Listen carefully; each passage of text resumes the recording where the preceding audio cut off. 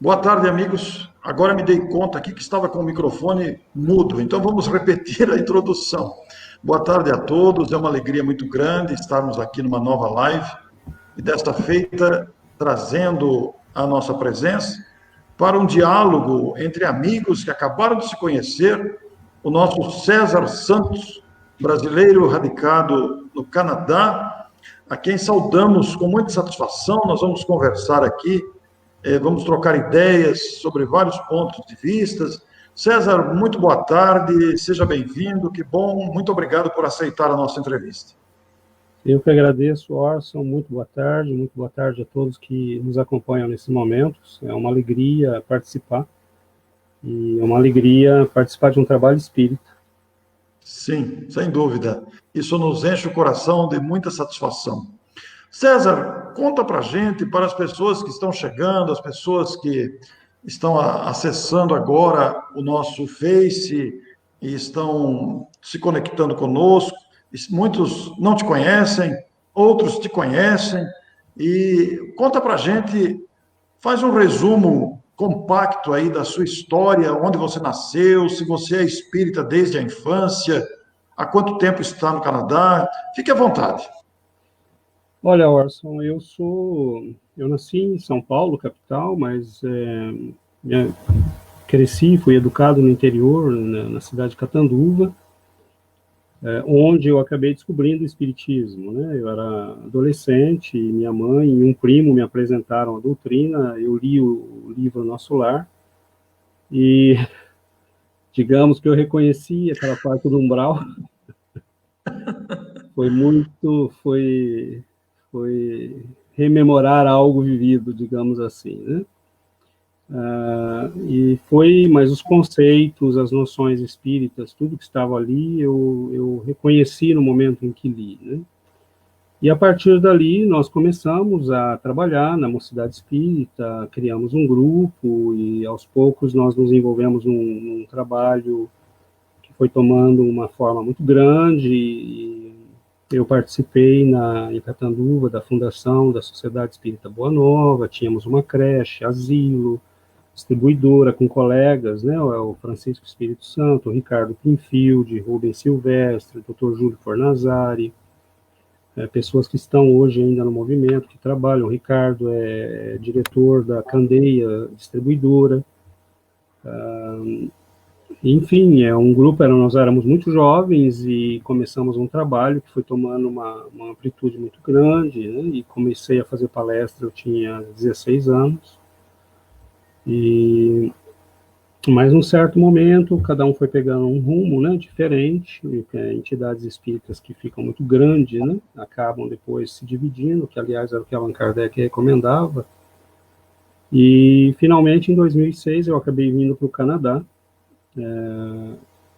E houve um período aí de amortecimento e que eu parei um tempo.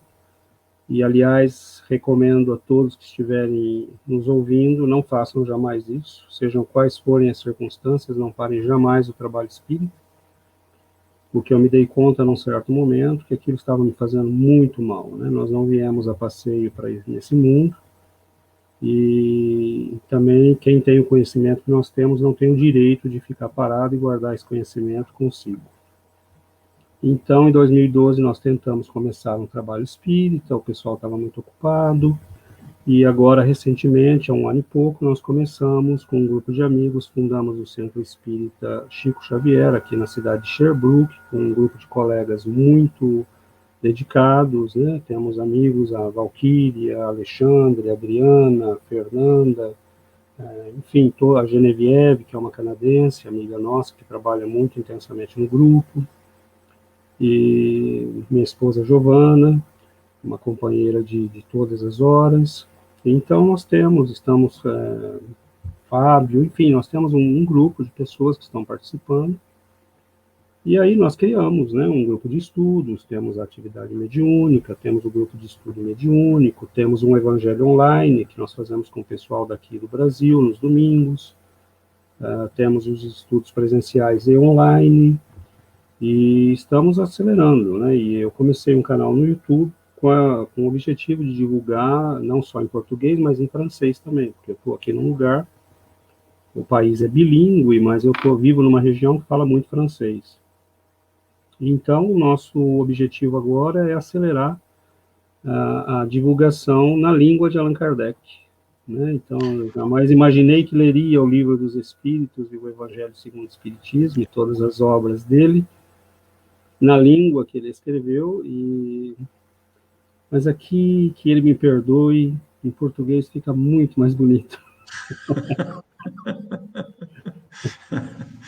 Ô César, você falou coisas interessantes aí, em poucos minutos que nós estamos conectados aqui, você falou coisas importantes. Bom, primeiro que você falou de Catanduva, né? Você nasceu na capital e foi para Catanduva. Catanduva está aqui pertinho de Matão.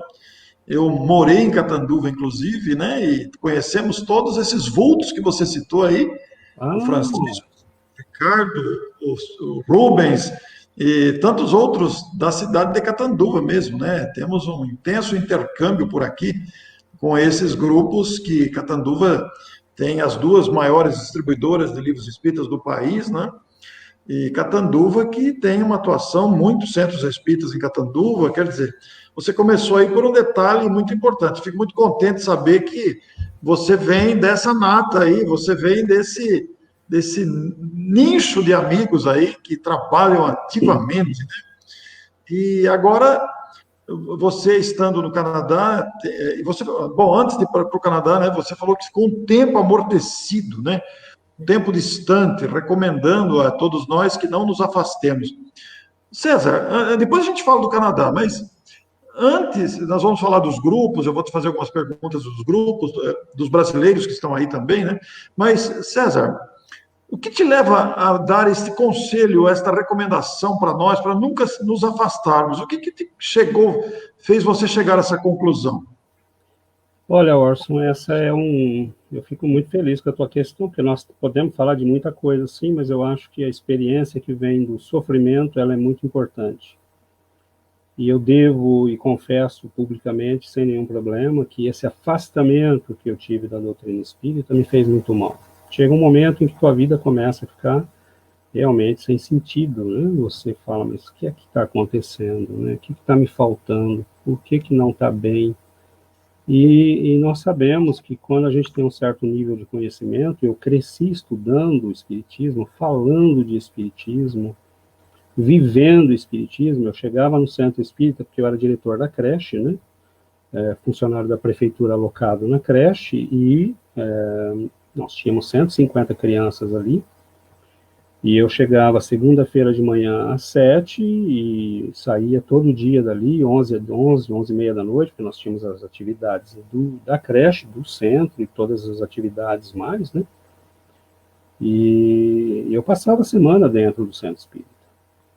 Então, era minha vida era o centro espírita. E, num certo momento, né, você vai tomando outros caminhos, e a mudança de país, a adaptação a um outro país, e nós começamos a viver aquilo que André Luiz descreve nos livros, né? Você começa a achar que já está tudo bem, que é autossuficiente, porque você está com certo bem-estar, você já resolveu toda a sua vida, e a verdade é que quem veio para trabalhar na doutrina não tem esse direito, né? Quem veio para trabalhar na doutrina tem que trabalhar na doutrina, e eu senti que estava falhando com o meu compromisso. Então, tem um lado nessa questão, Orson, que eu acho que é muito importante, porque eu me afastei, e isso me fez muito mal, mas eu vi companheiros que ficam dentro da doutrina e se afastam. Sim. A pessoa vai todo dia no centro espírita, mas não está mais vivendo o espiritismo. Então, aquilo virou uma rotina. Então, eu não sei o que é pior. Você se afastar realmente, e depois levar um susto, né, e falar, opa, né, acorda, sujeito, você está dormindo. Foi assim que eu me senti, como se eu estivesse dormindo.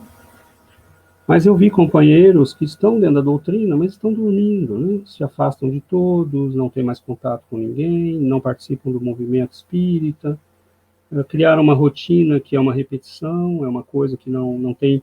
Nós, na doutrina espírita, nós temos um tesouro. Nós não temos o direito de ter tristeza. É uma alegria o Espiritismo, a doutrina é libertadora, a doutrina nos alimenta, a doutrina nos dá vida, e ela renova a nossa alma. Então, se você estiver passando por uma fase que você acha que, não aceite isso, reveja o que você está fazendo, comece a reler livros lá de trás que você nunca leu, né? A gente, quando faz a conta, fica assustado, né? Eu comentei isso recentemente com a Lilian, quando a gente participou do programa dela, que às vezes a gente lê algumas mensagens lá no Evangelho e fala, mas isso, né, já repetido, de novo isso. Na verdade, se você pega os 30 e tantos livros de Allan Kardec, quantos de nós lemos? Poucos. Aí você pega Gabriel Delany, Leon Denis, Alexandre Aksakov, Ernesto Bozano, né, e você começa a pegar toda a bibliografia espírita. Não chegamos em Chico Xavier ainda. Pegamos Caibar Schutel, né, que começa a escrever muito antes que o Chico apareça. A Aura Celeste, né, todos os grandes cultos ali do espiritismo pioneiro, Eurípides Barçanufo. Bom, só até ali você já tem livro de monte para ler, livros de uma riqueza extraordinária, né? E aí você pega e chega Chico Xavier, né, e vai embora desse planeta deixando até agora 500 e tantos livros. Quer dizer, espírita não tem, nós nunca vamos estudar o suficiente, né? Então não tem como dizer, isso está chato, isso está... Se tiver assim, é porque a gente está fazendo alguma coisa errada, né? Está na hora de sacudir, está na hora de começar uma atividade nova, está na hora de formar um grupo de estudos, está na hora de trazer gente diferente para mostrar para a gente aspectos que a gente está esquecendo, porque é muito viva a doutrina espírita, né? Sim, César, realmente você toca em pontos importantes, porque a gente verifica mesmo, inclusive, centros espíritas que entram numa rotina. E os frequentadores vão ali, entram, sentam, ouvem, tomam o passe e vão embora. E os diretores parece que cumprem uma obrigação, né? E não é esse o sentido, né, César? Não. Não é uma obrigação. Não é, se é obrigação, está errado. Tem que viver espontâneo, não é? Exatamente. E se nós chegamos nesse tipo de comportamento, alguma coisa está errada. Porque ir ao centro espírita não vai salvar ninguém. Não vai te levar para o nosso lar. Não tem centro espírita, e eu acho que isso é algo que eu aprendi com esse sofrimento que eu tive, né, de perceber que eu estava dormindo. Espiritismo é renovação interior, é entrar profundamente em si mesmo, conhecer as leis da vida, alterar a sua forma de viver, focar na sua alma, no que você vai levar daqui. E essa coisa de transformar o centro espírita em um local rotineiro é muito ruim. E isso eu devo dizer do meu início no movimento espírita. Foi um período que nós tínhamos orientação de algumas pessoas do movimento que eram muito focadas em estudo. E o trabalho que nós começamos com esse grupo todo que eu te falei, do qual eu participei, do qual tenho muito orgulho de ter participado, era um trabalho que focava muito no estudo e ação. Então, vamos trabalhar, vamos fazer, mas vamos estudar. Você tem que saber o que você está fazendo. E quem chegava no centro espírita, logo assim, passava o período ali de adaptação, porque esse negócio de espírita que vai para palestra e passa 10 anos em palestra tomando passe, alguma coisa está errada, né? Alguma coisa está errada nisso, porque espiritismo é ação, é renovação, é mudança de vida, né? Se você passa um período do teu início ali, alguns meses, conhecendo, se adaptando, tudo bem. Mas imediatamente passava esse período aí, a gente já convidava as pessoas para o estudo. E houve momentos da gente ter 5 salas de estudo cheias, né? E isso eu acho que está fazendo falta, né, no nosso movimento, né? Eu não falo isso como crítica, mas essa revitalização da nossa motivação para estudar a doutrina, e é muito bonita, né? Eu acho, nós fazemos estudos e a gente vê assim a alegria das pessoas quando vão descobrindo, né, a doutrina espírita em profundidade. Nossa, então era isso, não tinha entendido isso, poxa, né? Então há toda uma beleza na doutrina, mas a gente tem que decodificar, né? A codificação foi feita por Allan Kardec, a decodificação, né, foi feita pelo Chico, mas a explicação disso para as pessoas tem que ser feita por nós espíritas. César, você está falando coisas de bastante profundidade que pouca gente fala, porque realmente é isto, né? Ô César, e quando você se deu conta que você resolveu abraçar o trabalho espírita, relembrando o passado, você percebeu que estava dormindo, e aí quando você retorna, aí você sente a grandeza do que precisa ser feito, né? Como é que foi isso? Olha, é um fenômeno interessante, porque eu cheguei, né, no momento em que nós começamos a tomar consciência disso, eu conversei com a minha esposa e eu falei, olha, e ela, na verdade, em vários momentos da nossa caminhada, ela tinha me chamado a atenção, né, ela tinha dito, olha, vamos, né, porque a gente fez o culto do Evangelho durante muito tempo, a gente, né, foi educando os filhos dentro desses valores, dentro desses princípios, eu nunca deixei de ser espírita. Mas no momento em que a gente conversou e falamos, vamos retomar, né, nós contactamos alguns amigos que já tinham manifestado interesse, que já estavam em busca de grupos espíritas, porque essa é uma coisa interessante, Orson. Nós não damos, a gente não se dá conta, nós não nos damos conta no Brasil da, das bênçãos que nós temos, da fartura que nós temos de vida espiritual, né? Essa amiga quebecois canadense, a Genevieve, ela fala isso para a gente. Ela fala, que bom que vocês começaram um grupo e me chamaram, porque eu estava querendo já ir embora para o Brasil de volta, porque ela viveu lá alguns anos, e ela falou, porque no Brasil Deus está presente em todo lugar, vai com Deus, Deus te guarda, né? Então ela falou, até no jeito de falar das pessoas, Deus está presente. E nós estamos num lugar que teve uma história com a religião muito difícil, né? O Canadá teve, o Quebec principalmente, teve uma história com o catolicismo muito difícil. O catolicismo impregnou demais a vida das pessoas, era muito autoritário, dizia até quantos filhos as pessoas tinham que ter. Isso acabou criando, nos anos 60, houve um rompimento.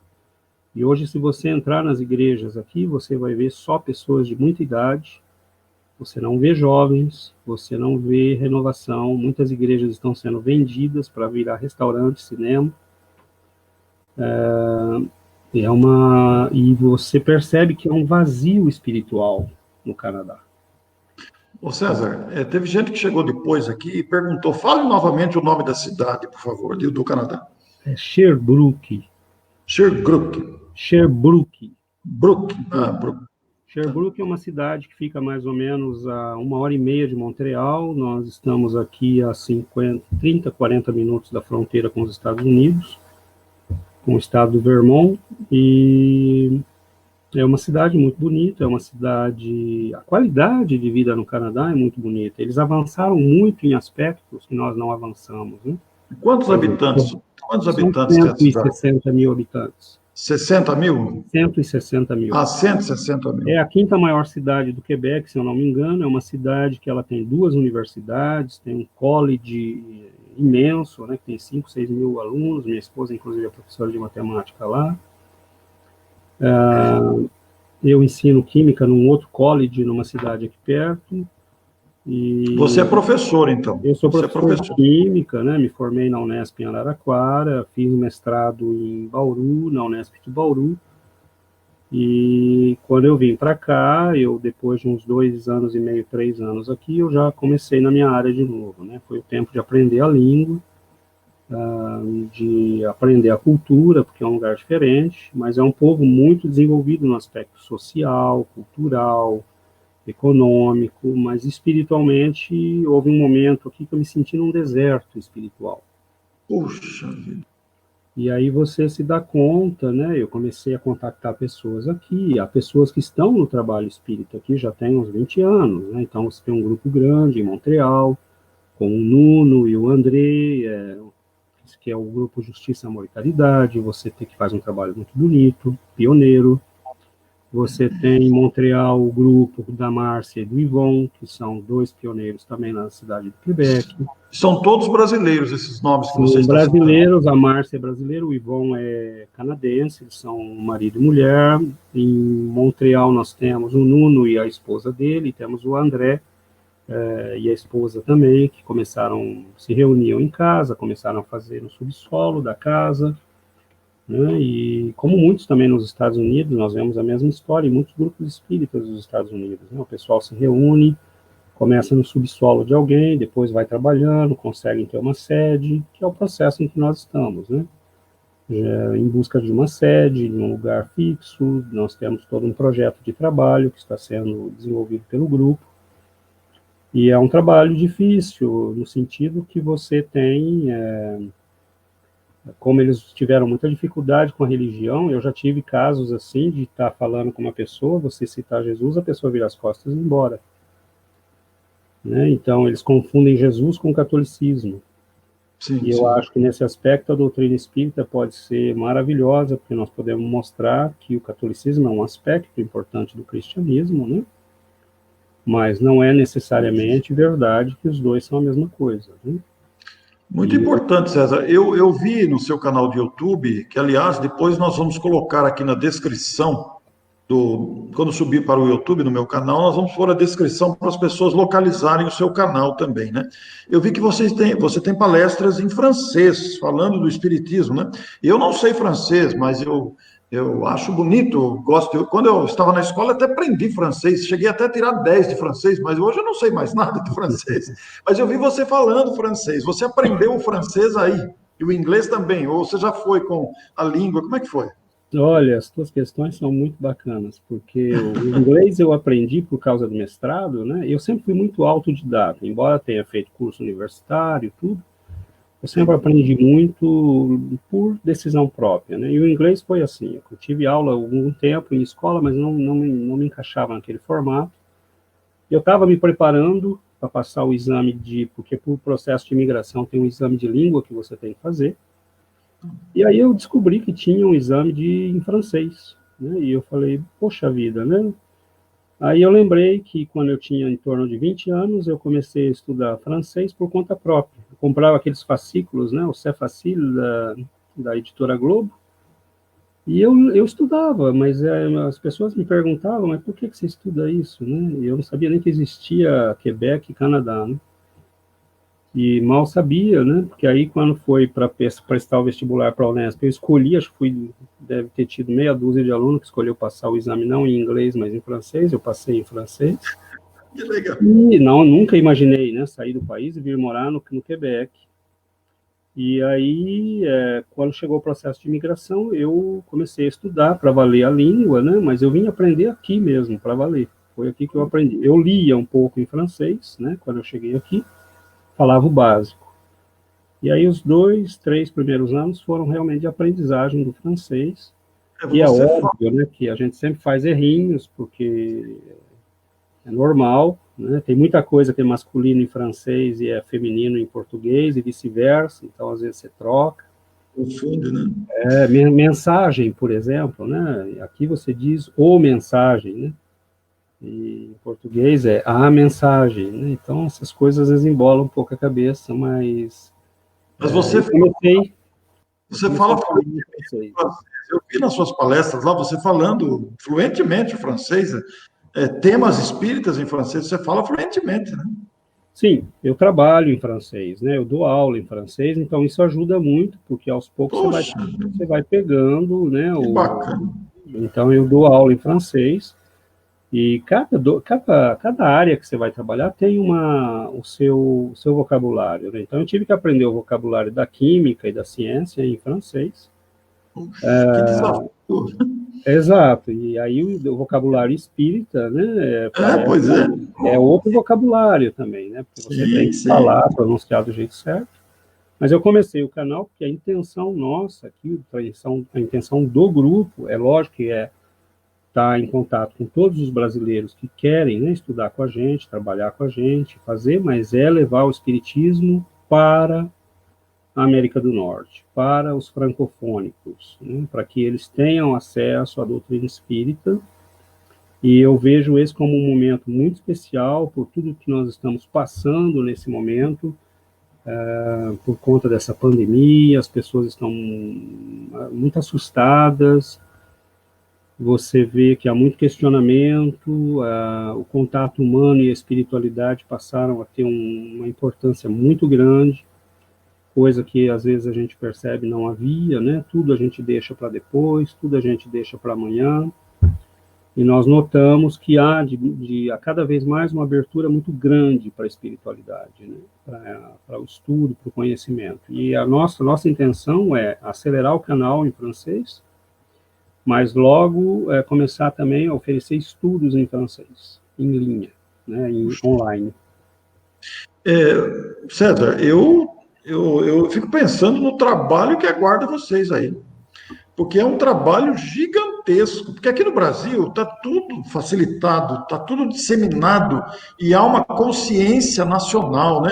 Apesar de alguns disparates doutrinários em alguma parte do país, mas isso não afeta o conjunto, porque a consciência nacional é maior que as questões localizadas que a gente vê em algumas partes do Brasil, algumas cidades, alguns problemas. A gente nem dá importância, porque a consciência nacional hoje é muito expressiva na divulgação espírita. Há muita gente boa aqui no Brasil, você sabe disso, trabalhando ativamente, né? Tem gente para todo lado trabalhando. Mas vocês têm um trabalho gigantesco pela frente aí, né? Olha, essa é uma das coisas, né? Que quando você perguntou como eu me senti no momento que a gente se deu conta que tinha que começar o trabalho, né? Foi exatamente essa sensação, né? Nós temos gente já trabalhando aqui, né? Pessoas aí que eu citei, inclusive o Eric, né? Que é o presidente do Conselho Espírita Canadense, são um jovem que está trabalhando, arrebanhando todo mundo, mas o trabalho é imenso. Eu vou te dar uma ideia de quanto ele é imenso. Você fala o nome espiritismo, pouca gente sabe o que é. E uma amiga da minha filha olhou um dia para mim, quando eu falei, ela falou, você publica uns vídeos, né? Ela via os vídeos em português, que eu não tinha ainda começado em francês. Ela falou, você publica uns vídeos, do que você fala, né? Eu falei, espiritualidade, espiritismo, o que é isso? Esoterismo? Então, assim, muita gente não sabe sequer reconhecer o termo. Isso dá uma ideia da amplitude do trabalho, mas era um trabalho que eu acho que nós temos como grandes inspirações, né? Gente como Caibar Schutel, que começa o trabalho espírita no Brasil, quando era um deserto no sentido espírita, né? Não espiritual, porque havia o catolicismo, e o evangelismo, mas era um deserto em termos espíritas, não havia nada, né? E a igreja naquela época não era muito simpática, né? E tinha muito poder. Nós vemos o trabalho da doutora Marlene Nobre, né, belíssimo, e que foi levar o espiritismo para a Europa, e abriu grupos, e levava estudo.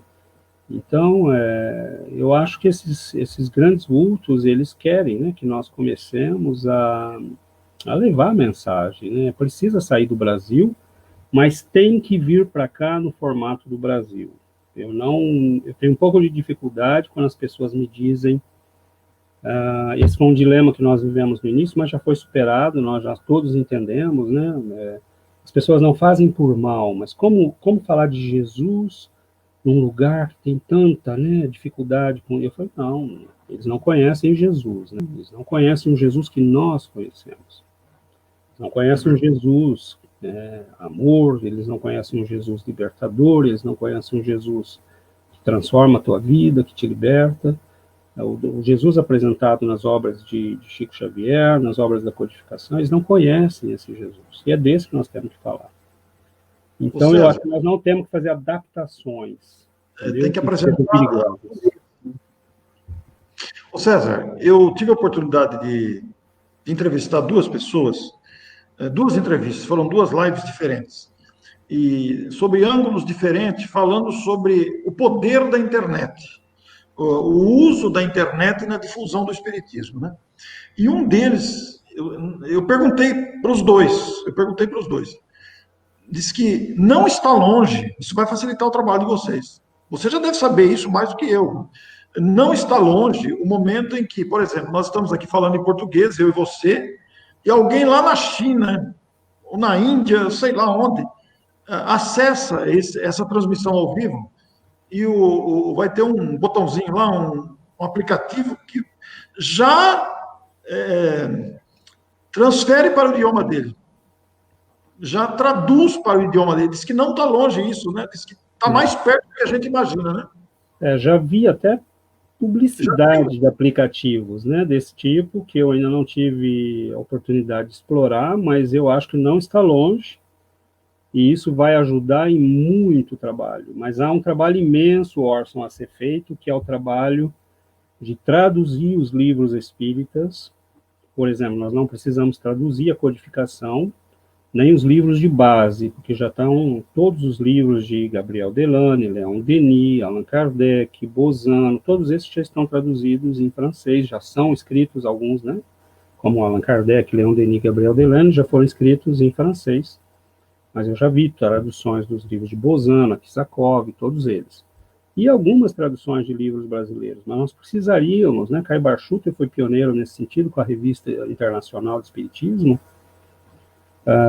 Nós precisaríamos realmente ter um trabalho de tradução para valer. Então, gente aí como o Ricardo Pinfield, se estiver me ouvindo, né, se quiser embarcar num trabalho desse, nós podemos formar um grupo de trabalho de gente interessada em traduzir do português para o francês, as editoras, as federações, né, traduzir, já tem vários livros traduzidos, mas quando eu falo traduzir, é traduzir em massa, é traduzir realmente a obra de Chico Xavier, por exemplo, inteira, porque é assim, ó, o livrinho que o Chico publicou lá, né, o pequeno livrinho que se abria tinha 20 páginas.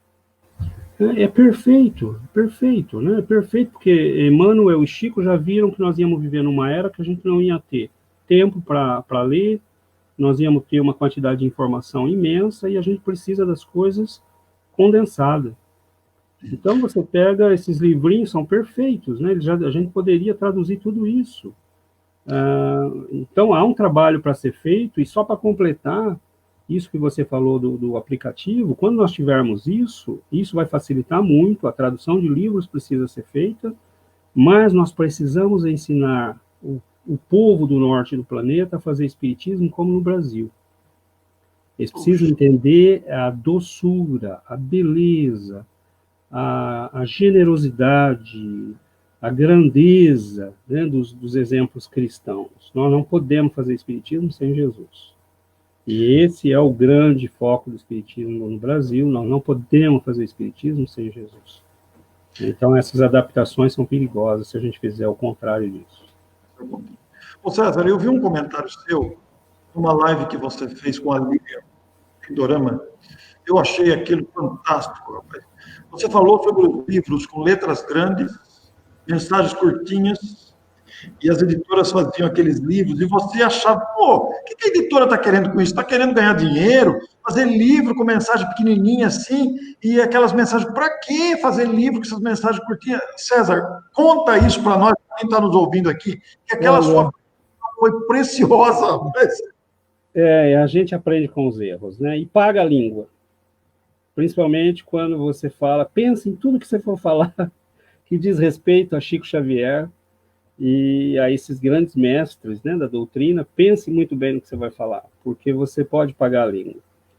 E essa é uma coisa, né? A gente estava no movimento, nós ajudamos na construção das duas distribuidoras que você falou, né? Nós tínhamos um trabalho voluntário, começou lá com a banquinha na Praça da República em Catanduva, né? Essas duas distribuidoras começam com essa banquinha lá na Praça da República em Catanduva, com o trabalho voluntário do grupo, né? E às vezes nós passávamos lá uma tarde, né, trabalhando, e o pessoal se revezava, até que finalmente se contratou um funcionário, e aí a gente tinha contato com os livros. E aí você recebe aqueles livros, né, vinham aqueles livrinhos das editoras, assim, 30 páginas, com uma mensaginha, assim, 3, 4 linhas em cada página. Eu olhava aquilo, eu falava, poxa vida, né? Não é possível, essas editoras estão forçando um pouco, né? Tudo isso é o quê? Vontade de ganhar dinheiro, né? E, na verdade, o que está por trás disso já era uma visão muito clara, né? O Chico Xavier, essa alma que via muito longe, e Emmanuel, Eles viram, né, que nós íamos viver numa época de muita dificuldade de tempo, com uma quantidade de informação imensa. Hoje nós temos que triar toda essa informação, e eles sabiam que as pessoas precisavam de coisas simples, que pudessem levar na bolsa, no bolso, né, numa jaqueta, e hoje em dia levar no celular, né? Então você tem esses livrinhos, essas mensaginhas, elas são perfeitas, por exemplo, para você fazer mensagens no Facebook, no Instagram, elas são perfeitas para você colocar nas suas páginas, na página pessoal.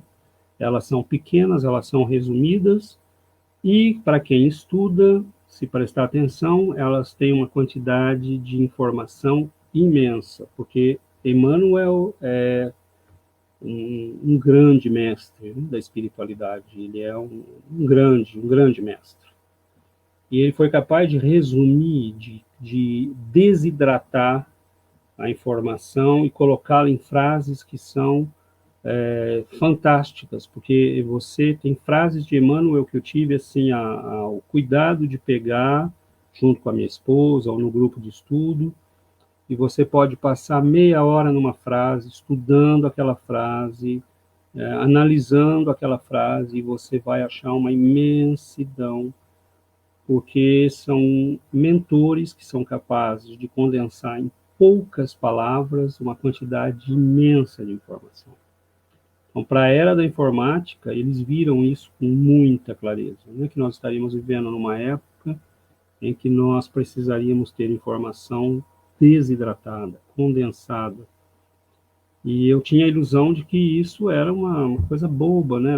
Eles querem fazer livro e mais livros e mais livros, e a verdade é que cada livro, né, da produção do Chico Xavier, cada um deles, você pega cada frase, cada parágrafo, é uma estrutura maravilhosa de conhecimento que está ali dentro. Mas para isso você tem que trabalhar a si mesmo, né? Porque senão você vai ver só na superfície. E era o que me acontecia naquele momento. Então chegou um momento que eu comecei a ver que não, que eu é que não tinha entendido, né? E eles tinham visto muito antes. Isso acontece, né, César? Com a maioria das coisas, né? A gente não enxerga antes, a gente só enxerga depois, né? Ô César, e me diz uma coisa: o grupo aí na sua cidade é composto por um bom número de brasileiros, mas também com canadenses. Nós temos canadenses e temos pessoas que estão... É um processo interessante isso, Orson, porque há pessoas interessadas, eles chegam, dão uma olhadinha, se afastam um pouco, né? E aí teve um que um dia veio conversar comigo, ele falou: poxa vida, né, muito bacana isso, mas vocês fazem prece, né? Eu falei: sim, nós fazemos prece, nós citamos Jesus, mas se deu tempo de conhecer tudo isso. Então agora ele se afastou um pouco, mas me escreveu essa semana que ele está lendo o Evangelho segundo o Espiritismo, já leu os 4 primeiros capítulos, e aí eu indiquei Leon Denis para ele, eu falei: olha, leia, né, Leon Denis, você também vai gostar muito, o Livro dos Espíritos. E agora nós marcamos um dia para ele vir, para a gente bater um papo. Então nós sabemos que é um trabalho para ser feito. Em Quebec, em Montreal, nós vemos já grupos com canadenses participando, né, das tarefas, colaborando nas tarefas. E é um trabalho imenso a ser feito, né? E essa é uma das coisas que nós falamos com essa amiga canadense que participa muito ativamente do grupo, né? Essa é uma já que está muito convicta, né, do trabalho, da importância, inclusive, da participação dela, né? E no trabalho não só de traduzir literalmente, né, a língua de uma língua para outra, mas de traduzir a cultura, né, que vem com o espiritismo brasileiro. Eu acho que essa cultura é muito importante. Mas mesmo com o avanço da internet, das traduções simultâneas em aplicativos de transmissão ao vivo, que alguém acessa de qualquer lugar do planeta e pode ouvir no seu idioma aquilo que estão falando em outro idioma, mesmo com este avanço que a tecnologia vai trazer e já está trazendo, mesmo assim você acha importante a tradução de livros, fisicamente falando? Eu acho. Eu acho muito importante, porque o livro é algo que você pode oferecer às pessoas, o livro é algo que você pode vivenciar na sua intimidade. E o livro tem uma dimensão que ajuda você a construir um conhecimento de maneira tranquila, lenta, porque há muita coisa na internet, há muita informação, mas triar tudo isso é difícil, para quem não conhece. Saber o que é bom, saber o que não é bom. E o livro, que seja em formato eletrônico ou em formato papel, a tradução dele é importante. Tem gente produzindo em francês, né? Você vê o Charles Kemp na França. Eu não conheço pessoalmente, mas eu sigo já pela internet, porque eu sei que ele faz um trabalho muito bom. O Michael Ponsardin, que escreveu uma biografia do Chico Xavier, e espero que eu li em português, mas espero que ela tenha sido também produzida em francês, porque não há nada melhor para apresentar o Espiritismo para as pessoas do que apresentar o trabalho do Chico. Então, a tradução de livros é muito importante, porque a gente precisa de material para trabalhar, né? E a gente precisa do básico, que nós já temos, que é a codificação, mas essas obras todas da doutrina espírita no Brasil são obras que decodificam a doutrina, né? Que decodificam a codificação. Então, se você quer entender o que é que se passa no mundo espiritual, bom, você pode ler, obviamente, os trabalhos de Ernesto Bozano e tudo mais, mas quando você lê Nosso Lar, ou E a Vida Continua, ou Os Mensageiros, né, você tem uma dimensão daquilo que é muito bonita. A mediunidade, por exemplo, você quer entender mediunidade, você começa a ler os livros do Chico, porque o livro dos médiuns é um código, é um manual, é um manual de estudo, né? Mas você precisa ter professores que te decodificam aquela informação. Como é que começa uma reunião mediúnica? Como é que ela é feita? Então, você pode ter conferências que vão ser produzidas em português e transferidas em francês. Mas aí a questão vem, como é que você vivencia o espiritismo? Como é que você pratica o espiritismo? E nisso eu acho que nós brasileiros somos importantes e a gente precisa criar essa cultura no estilo brasileiro, né? Se nós tivermos alguém como Chico e tantos outros, né, Ivone Pereira e tantos outros grandes, Caiba Schutel, essas pessoas nos legaram não só um conhecimento, eles nos legaram uma cultura, um modo de fazer, né? E esse modo é essencialmente cristão. E você vê, por exemplo, tem uma experiência, né? Eu e minha esposa fomos numa feira esotérica aqui, para conhecer, né? Porque nós vimos lá na propaganda no Facebook, falamos, vamos dar uma passada para ver. E aí você vai ver, por exemplo, o pessoal lá com coisas de pedras, de tarô, Então, assim, nós temos um respeito muito grande por todas as práticas, sem problema nenhum. Mas você não vê nada de espiritismo, né? O conhecimento do espiritismo e os médiuns que nós conhecemos aqui são médiuns profissionais que cobram. E cobram caro, porque uma pessoa que veio falar comigo, né, que é uma dessas pessoas interessadas no espiritismo, e falou, recentemente eu fui tentar falar com uma médium lá em Montreal e só tem lugar para daqui 6 meses. Então você vê que virou um negócio, e é óbvio que também nesse aspecto nós vamos ter que enfrentar uma mudança de cultura. O espiritismo não passa por isso, né? Nós temos a mediunidade como um dom, o que você recebeu gratuitamente, ofereça gratuitamente, né? Ô César, eu vi lá no seu canal que você tem publicado preces diárias, né? E por enquanto está em português. Você vai transformar isso também em francês, em inglês? Você vai fazer isso também? Minha esposa já começou a Já fazer, começou? ela começou, essas preces ali no canal, eu parei de publicar no canal, porque elas são publicadas no Facebook diariamente, né? Nós fazemos às 5 horas, diariamente nós fazemos a prece com o pessoal, e a intenção é transformar assim. Inclusive, um desses amigos canadenses me escreveu um dia, ele falou, ouvi sua prece. Eu falei, mas como assim você ouviu minha prece? Ele falou, não, tá em português, mas estava tão gostoso aquele som. Ele falou, aquilo me fez bem, eu ouvi até o fim. Então, você tem toda a razão, né? Inclusive uma boa lembrança, que é algo que a gente pensou em fazer, começou a fazer, minha esposa chegou a gravar. em francês, mas a gente precisa acelerar isso, porque com certeza é toda uma cultura, Orson, para ser criada, Sim, sabe? Uma cultura que para nós é muito evidente, como você falou, porque no Brasil tem por todos os lugares, mas aqui não é uma coisa evidente, não é uma coisa que eles sejam, você fala espiritismo, no Brasil você fala espiritismo, está na novela, está na conversa, né? bom, olha, conversar com você, César, me dá entusiasmo, rapaz, de ver a riqueza que nós temos aqui no Brasil, no estágio que nós estamos, apesar de todas as dificuldades que nós temos aqui, né? Olha, Aí tá tudo para fazer, né? tudo por fazer, eles avançaram muito em outros aspectos.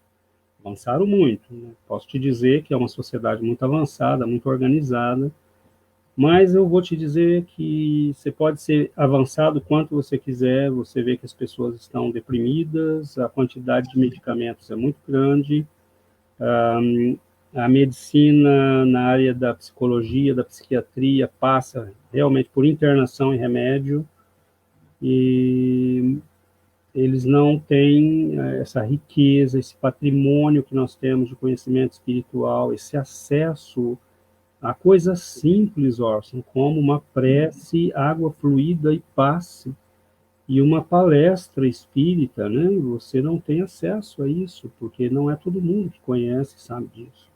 Tá. Então, o Brasil é abençoado, nós temos um monte de problemas para resolver no Brasil, mas se nós começarmos a trabalhar com esse patrimônio espiritual e transferir isso para o restante, a gente vai construir uma civilização maravilhosa. Agora, você pode construir uma sociedade materialmente muito avançada, mas se ela não tem Deus, não tem espiritualidade, não tem formação espiritual, ela afunda, né? Ela afunda porque na primeira crise as pessoas correm para o suicídio, as pessoas correm para a depressão, as pessoas correm para o hospital, correm para os tranquilizantes. E no Brasil a gente vê gente enfrentando sofrimentos terríveis e com uma alegria que você fala, de onde vem isso? Né? E aqui o sujeito é rico, poderoso, ele tem um baque Tá. financeiro, ele vai parar no hospital com depressão, porque a matéria, o dinheiro, o poder, né, a vida material é o que guia, né, as pessoas. Ô César, muita gente está te ouvindo aqui, a gente está muito feliz com a sua entrevista, que está sendo muito proveitosa para todos nós. Agora, eu fico pensando aqui, muita gente vai querer te achar no Facebook. Como é que você está no Facebook para informação de quem está assistindo a gente aqui? Meu Deus, acho que é César S. Santos, se eu não me engano. César S. Santos. Deixa eu abrir aqui para ver se. Ah, é isso mesmo, César S. Santos. A gente é como número de telefone, né? A gente nunca liga para a gente mesmo. Então é César S. Santos, né? César S. Santos. E o canal do YouTube, como é que tá? Ele está também com esse nome, César S. Santos. Ô César, tem uma pergunta aqui da Kátia. Boa tarde. Olha, a Kátia é a pessoa que está fazendo as nossas artes dos clipes do Alegria de Viver que eu mandei para você ver. Ela está presente aqui. Kátia, muito obrigado pela sua presença. A Kátia está perguntando. Boa tarde. Há algum lugar físico onde ocorrem os estudos e palestras? Algum grupo que seja dirigido por você, César, e demais integrantes, ou apenas pelas redes sociais? Não, nós temos um lugar físico, né, no qual nós nos reunimos, e inclusive o uso nós temos aqui em Sherbrooke um lugar físico, né, e nós paramos com as reuniões físicas por conta da pandemia, Sim. mas havia já um trabalho que era feito online, por exemplo, muito antes da pandemia, né, nós já fazíamos o evangelho online, porque nós tínhamos amigos em outras cidades aqui do Quebec que estavam vivendo essa mesma dificuldade. Eles queriam um lugar para estudar espiritismo e não tem. E aí eu falei, bom, a nossa colega Michele e o Luiz, que é um outro amigo que mora também em Beauce, né, que é uma região bem longe daqui de onde eu estou, umas 2 horas e meia daqui, e eles falaram, vamos fazer online então, né? E aí eu falei, bom, vamos lá, vamos fazer online. E aí ela me explicou a plataforma Zoom e nós começamos a fazer o trabalho online. Então, bem antes da pandemia, nós já tínhamos o Evangelho online. E hoje são dezenas, né? Nós temos aí 20, 25 pessoas que participam com variação, né? Às vezes tem bastante gente, às vezes tem 10, 15, às vezes tem 5, depende do dia. mas nós tínhamos já o Evangelho Online e temos o grupo presencial de estudo, né, aqui em Sherbrooke, então com um lugar físico. Mas eu acho que nós vamos fazer sempre um misto, né, desses dois, um mix, Sim. porque cada dia mais as redes sociais são um recurso que nós temos, né? Que maravilha, César. Que maravilha conversar com você. Ô, César, nós estamos com quase uma hora. Parece mentira, mas estamos com quase uma hora aqui. Ah, Impressionante. Olha, eu queria falar duas coisas para você. Depois que nós terminarmos essa entrevista aqui, nós vamos finalizar ela e eu quero te convidar, e vamos fazer isso ao vivo, e depois vai para o YouTube, para você fazer um compacto comigo de até 8 minutos. É uma coisa que tem dado ótimo resultado, a gente fazer um compacto bem rápido, né? De até 8 minutos, que a gente também tem colocado no nosso canal lá. Tem funcionado bem, porque é coisa rápida, as pessoas veem com mais facilidade, né? Então, nós vamos fazer isso depois. E, por outro lado, César, eu queria pedir para você, você é brasileiro, sabe as dificuldades que o Brasil está enfrentando, você está numa outra realidade aí, você mostrou bem esse paralelo entre a materialidade e a espiritualidade, que aqui no Brasil é em abundância, existe a dificuldade material, mas a espiritualidade se manifesta de tantas formas, em todas as religiões, na fé do brasileiro, na espontaneidade, na alegria. Você é brasileiro, eu não preciso te falar isso, né? Você sabe. E eu queria que você, do seu coração, desses anos que você está aí, e principalmente com o trabalho que o seu canal de YouTube é novo, eu vi lá que você está com poucos inscritos ainda, nós vamos ajudar a divulgar. Tenho certeza que as pessoas que estão aqui vão querer se inscrever também para ter o resultado dos seus esforços. Mas eu gostaria que do seu coração você se dirigisse ao Brasil, a sua pátria de nascimento, a sua casa de origem, e se dirigisse aos brasileiros que estão do seu coração, esse sentimento que você tem para com a doutrina e o trabalho a ser feito, porque eu acho que você vai ganhar um monte de amigos hoje, César. olha, é uma honra e é um privilégio, e eu acho que você é uma pessoa que tem uma percepção e uma forma de ver as coisas que é muito privilegiada, eu acho. Suas perguntas são muito precisas e tocam em elementos muito importantes.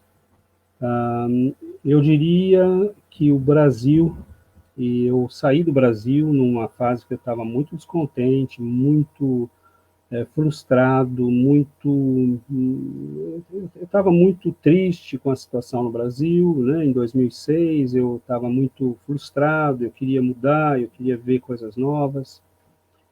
E aí, vivendo fora do Brasil, você vai vendo que sim, há lugares muito bonitos no mundo, há lugares muito desenvolvidos. Mas eu vou dizer uma coisa, não desistamos do Brasil, não desistamos. Por maiores que sejam as dificuldades, por mais difíceis as situações, nós somos abençoados, nós somos um povo abençoado. O Brasil, e ao Brasil está destinado um papel extremamente importante no concerto das nações. Somos uma nação jovem, nós estamos aprendendo, nós passamos por processos muito difíceis. Foi um país que viveu, né, com muitas dificuldades, mas aos poucos nós estamos ganhando consciência. E é importante que nós espíritas tenhamos essa consciência. Nós não temos o direito de desistir do Brasil. Eu teria hoje, sem dúvida nenhuma, se eu pudesse, eu voltaria ao Brasil, mas eu acho que eu tenho um papel e uma função onde eu estou. E o Brasil é um país que nós que saímos do Brasil devemos começar a levar para o Brasil aquilo que o Brasil pode aprender com o exterior, mas o Brasil tem muito para ensinar para o resto do mundo. Nós somos um povo fraterno, nós somos um povo alegre. Uma coisa que me impressionou muito nesses países é o nível de organização, mas ao mesmo tempo é a inflexibilidade. E nós, brasileiros, temos uma capacidade enorme de resolver problemas, de gerar situações de estresse, de conflito, onde faltam as coisas. Aqui, se você falta uma pecinha, uma coisa, a pessoa já para tudo, né? O brasileiro, ele consegue resolver as situações, ele consegue ser criativo. Agora, nós temos coisas para aprender e nós temos que começar a levar o espiritismo a sério, né? Não adianta você ser espírita e quando sai do centro espírita, você acha que pode ser um empresário como todo mundo, um cidadão como qualquer outro. Então, o espiritismo é 24 horas, é um trabalho de esforço, não é fácil. Mas nós temos no Brasil uma organização enorme, né? Nós temos centros espíritas em todos os lugares, nós podemos mudar a consciência coletiva do Brasil. Emmanuel dizia que o Brasil é um gigante para o qual se precisa criar espírito. E ele não fez, né, o trabalho que ele fez junto com Chico Xavier, de 70 e tantos anos de trabalho, à toa. Ele não deixou 500 e tantos livros, e provavelmente com os que vão ser publicados após o desencarne dele, nós vamos chegar a 600. Ele não deixou essa obra gigantesca à toa. Ele deixou isso porque nós temos que criar esse espírito para o gigante, que é o Brasil, mas um espírito fraterno, um espírito cristão, um espírito organizado, um espírito responsável. Então, nós espíritas temos que participar dessa construção, nós não podemos nos eximir dessa construção. E isso começa com a educação dos jovens e das crianças nos centros espíritas. Isso começa com palestras bem feitas, isso começa com estudos bem feitos, isso começa com trabalho na internet, que tem sido feito por gente como você, como a Lília, como tantos outros, como você lembrou. Então, há sim um trabalho imenso para ser feito, porque nós temos que criar essa consciência, criar esse espírito que Emmanuel falava. Né? E isso é um trabalho coletivo, isso não pode ser feito por uma pessoa ou duas. Isso é um trabalho de todos nós brasileiros. Então, amem o Brasil, apesar de todos os problemas, amemos o Brasil, porque é um lugar abençoado, um lugar que recebeu Chico Xavier, Orson, é um lugar que foi abençoado por Deus. Sem dúvida. César, muito obrigado. Você nos tocou a alma, viu? Eu que agradeço. Quero agradecer a Lilian. Foi através da Lilian que nós nos conhecemos. A nossa amiga comum, ela está aqui acompanhando, né? Quero agradecer ela. Para os demais amigos, a Lilian é de Pindorama, que é próximo de Catanduva, né? E foi a Lilian que nos aproximou. Fico muito agradecido com essas bênçãos que a doutrina espírita, que a bondade dos espíritos amigos fazem por nós. Nos aproximar uns dos outros para o trabalho que nos aguarda. Quanta coisa acontece diariamente, César, mostrando essa presença maravilhosa. Eu gostaria de pedir a você, César, que fizesse uma prece por nós nesses momentos. Você aceita? Sim, sem dúvida. E depois, uma prece rápida, naturalmente, e depois nós vamos encerrar essa sessão e vamos abrir outra, e vocês poderão acompanhar ao vivo também o compacto, que vai até, no máximo, 8 minutos. Então, eu vou deixar a palavra final com o César para uma prece final e depois encerramos. Com a nossa gratidão a você, César, aos amigos do Canadá, brasileiros e canadenses que estão nos ouvindo, e aos brasileiros aqui que estão conosco acompanhando e que ficaram firmes aqui. Muito obrigado, César. Eu que agradeço. Então, vamos à nossa prece. Vamos, então, amigos, agradecer as bênçãos destes momentos em que podemos falar de Jesus, em que podemos falar da doutrina espírita. Nós elevamos a nossa alma ao nosso Mestre bendito. Nós nos lembramos destes grandes vultos abnegados que semearam a palavra e o ensinamento evangélico nos nossos corações. Que eles recebam a nossa gratidão, que eles abençoem as nossas vidas, que eles nos deem a luz e que nós possamos partilhar este pão bendito do conhecimento espiritual com alegria, com fraternidade, com bondade de coração. Que o Mestre querido nos abençoe, nos ampare e proteja a todos nós, aos nossos amigos, aos nossos familiares, que nós possamos viver a alegria de sermos espíritas cristãos. Que assim seja.